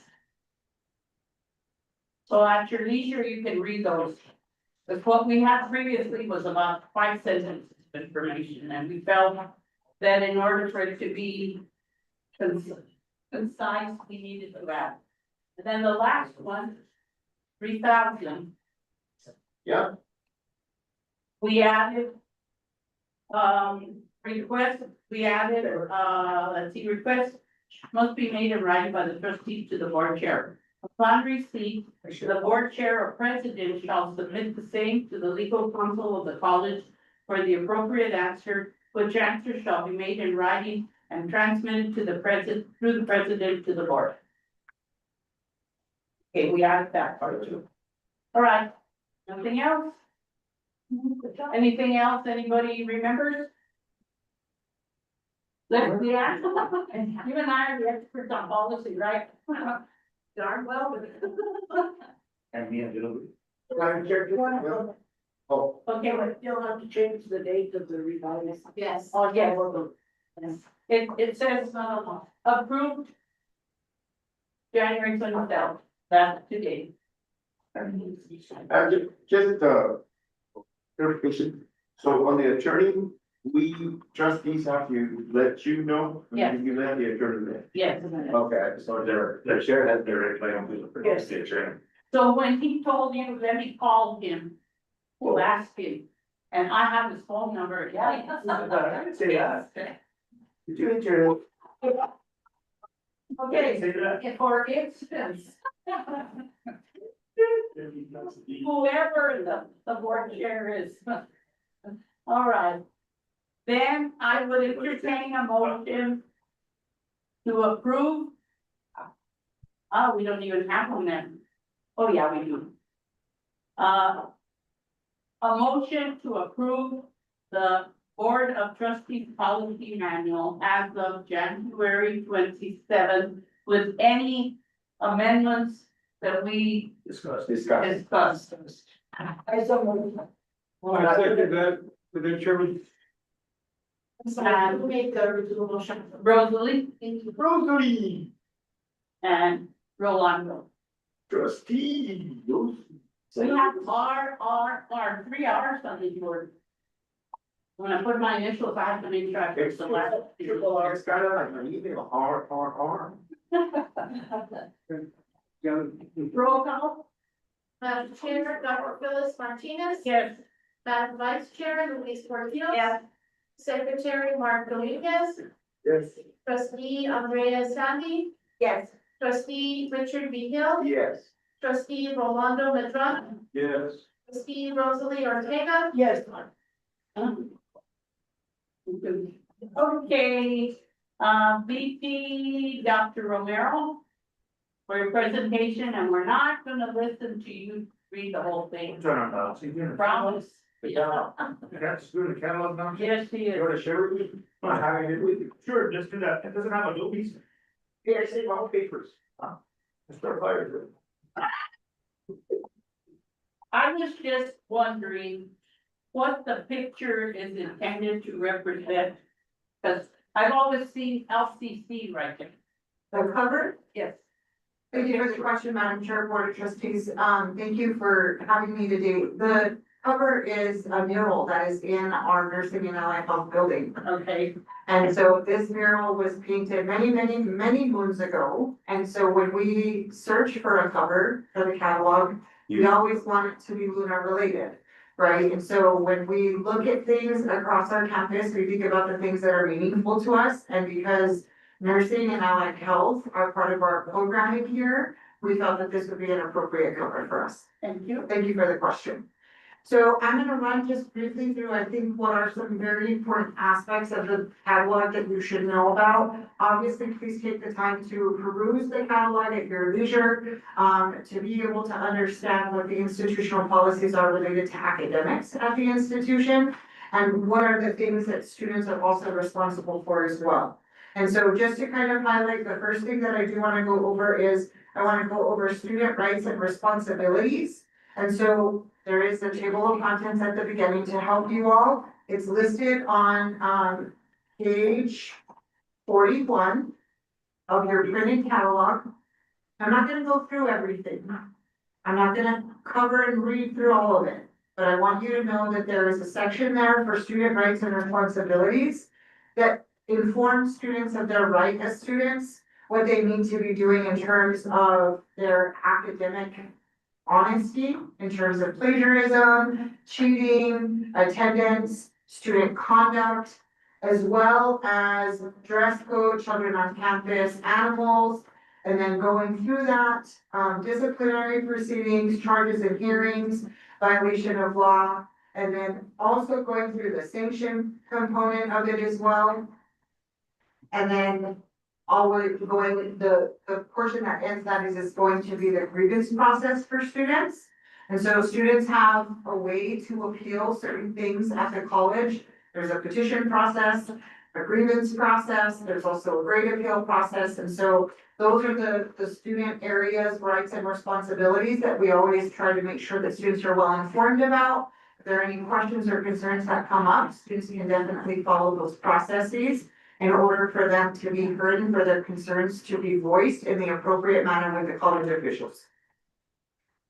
The next item that I want to go over is, for everyone's understanding, is the general ed curriculum. It's the general education core curriculum. We're mandated on page 51 of your catalog to have a common numbered general education core by state statute. This came in like 2018. And so you'll see the skill areas: communication, critical thinking, information digital literacy, quantitative reasoning, personal social responsibility. All of those areas have to apply for core curriculum. So many times we introduce a new core curriculum course, and then on the following pages are the actual courses that are approved currently by the state of New Mexico. This chart will get updated potentially every academic year if we submit new gen ed courses to the state and we're approved. So if those courses are approved in specific areas like communication, mathematics, laboratory science, social and behavioral science, humanities, and creative and fine arts, then that list will expand. You send a copy of this as well to HED, they know. So we do have to send a copy of our catalog to HED as well as the state approving agency for veterans. And so every year that our college catalog gets published, our wonderful friend Kathleen Senna at the Higher Education Department checks to make sure that our catalog is published, and she is a copy. So when it says effective fall 2025, this is, we're looking at it after the fact. So the review today is just an overview for you to understand the other items. This should have been brought to you prior to me bringing this to you right now.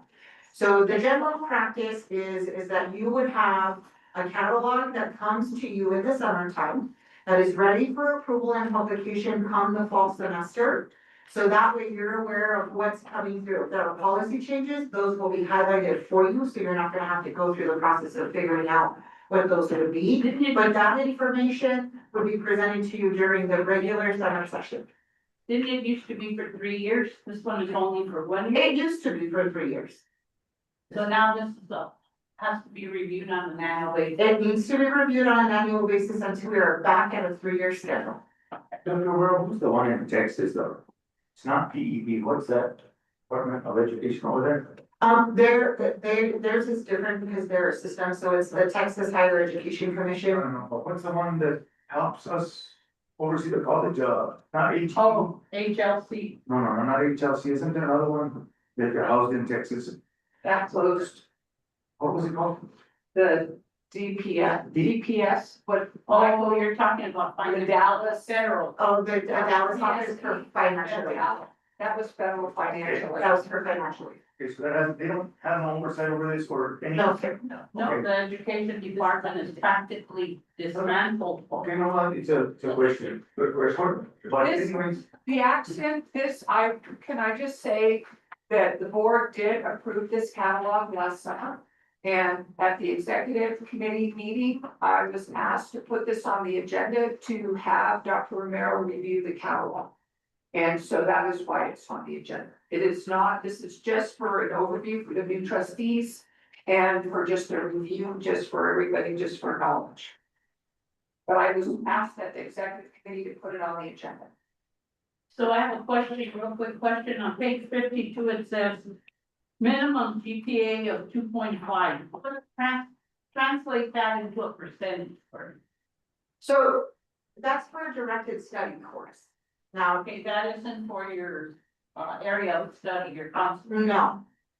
Students require a 2.0 GPA in order to earn a certificate or a degree at Luna Community College. In order for a student to participate in a directed study course, we ask that their GPA be a little bit higher.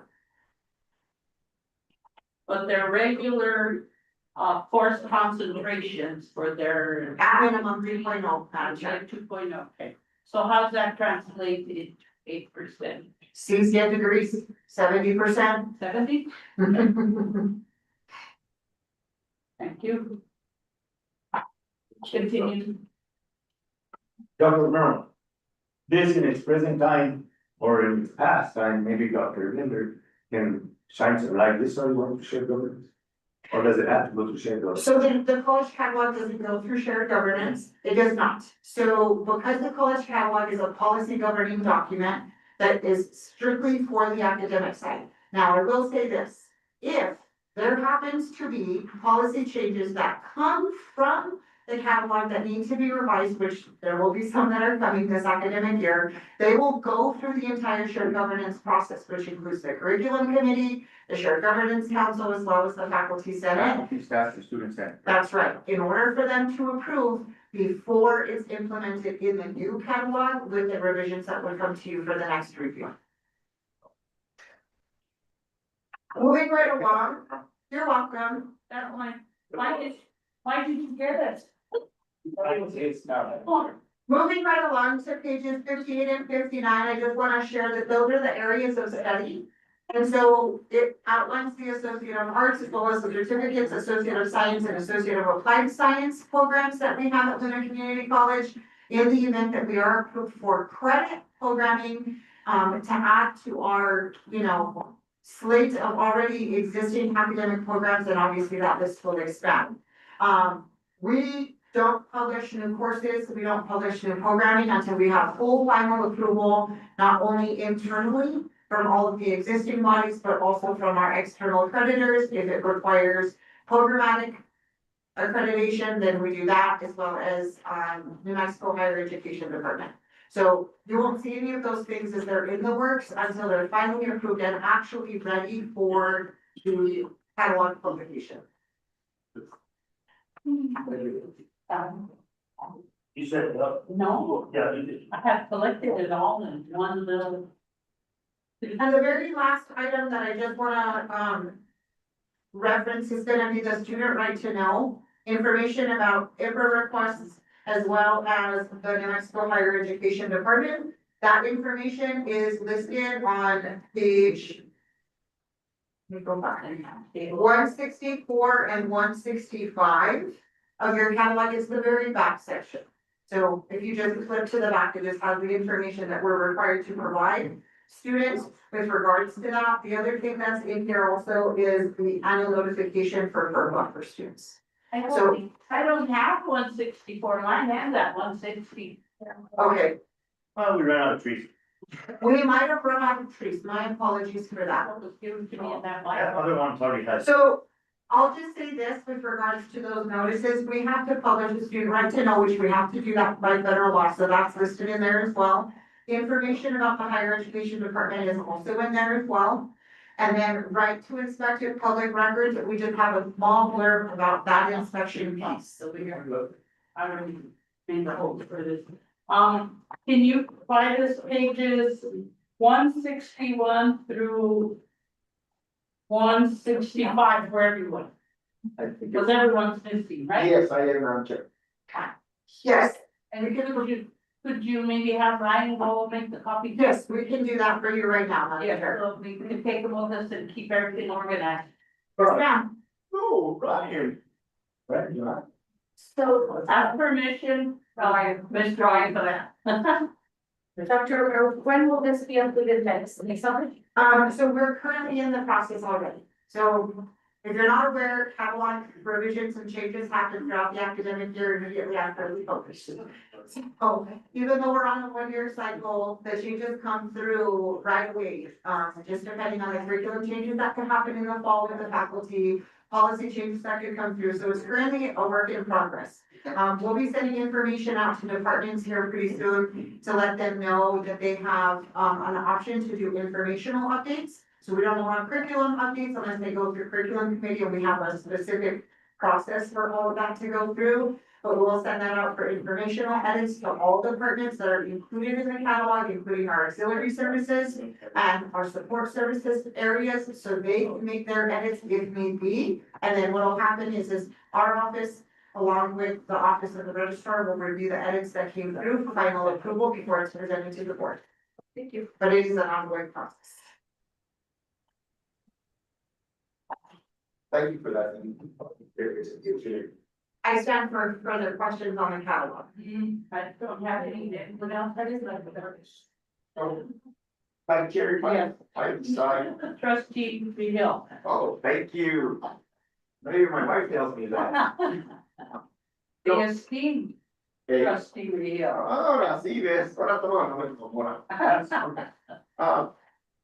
So if I want to come and take some courses, and this, I'm being truthful. I'm not very computer literate. Which courses do you suggest, Dr. Schumer? So that depends on your interest of study. What I wanna know is what you wanna be when you grow up. That's gonna be my first question. I still don't know at 63. Okay, well, you know, that's what we're here for. We're here to help you figure that out. You know, if you have specific areas of interest that are already within your wheelhouse and things that you wanna learn better, then those are the things that we're gonna gear you towards. Those are the things that our student success is gonna be able to support you on and say, we recommend that you do this. Having course descriptions at the back of the catalog is also very important to also work with students who are not quite sure the kind of path that they wanna take or the courses that they think are of interest to them in their programming. Because I came to Luna in 1978, 79, before I graduated from West. So you were a dual credit student. You should take a quiz. You want me to, trustee, for me, it's under getting up cooking. And we haven't even discussed that issue yet. We definitely encourage all folks interested in sewing and quilting and the fibers to please get in touch with our community education department to enroll you. Any other questions, comments about the No, catalog? very good, Professor. Thank you. Dr. Harmon. Yes, you're welcome. Now, I do want to preface the next item on the agenda that I will need, English. I will need more time than there is available. Yeah. And so my recommendation is because I need roughly about 40 minutes to be able to walk you through the entire purpose training to be as thorough as we need to be. My recommendation is that we either table this and put this on another day's agenda and we can be ready and prepared for you, but you do have a copy of the presentation that's gonna be provided to you. There is gonna be some interactivity associated with your purpose training. You're gonna be a teacher. That's right, you will have a quiz at the very end, and then you will get a certificate of completion. I was gonna ask you if you get a certificate of completion for either part one, or I don't know how many parts is there to it. It's one part, and you do get a certificate of completion upon completion of the training.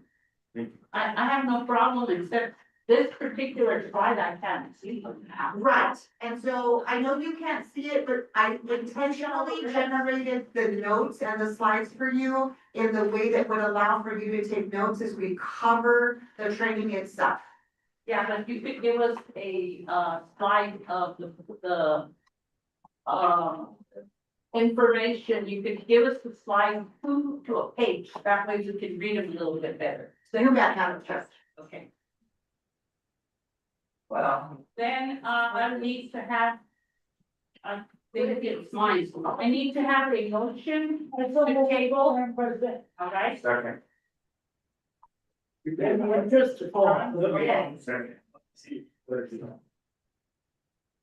in reference to Dr. Seti. So remember that, Of course, in the interest of time, I just have the issue. and a second, what? And roll call. Madam Chair, Dr. Phyllis Martinez, Yeah, Madam Vice Chair, Luis Portillo. Yes. Secretary, Yes. Trustee Andrea Gandhi. Yes. Trustee Richard B. Hill. Yes. Trustee Rolando Medrano. Yes. Trustee Rosalie Ortega. Yes. 41. Announcement on date, time, and location, special session of the Board of Trustees meeting on Wednesday, February 4th at 10 o'clock. And the regular Board of Trustees meeting Tuesday, February 10th at 7 o'clock. And in our free time, we can finish that monster of a book on the internet. Dr. Linder, we didn't even tell you.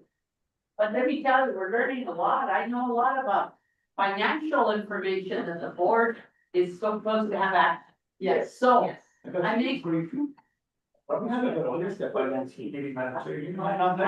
I make a motion to adjourn. I mean, I entertain a motion to adjourn. I should make it myself. but I don't have.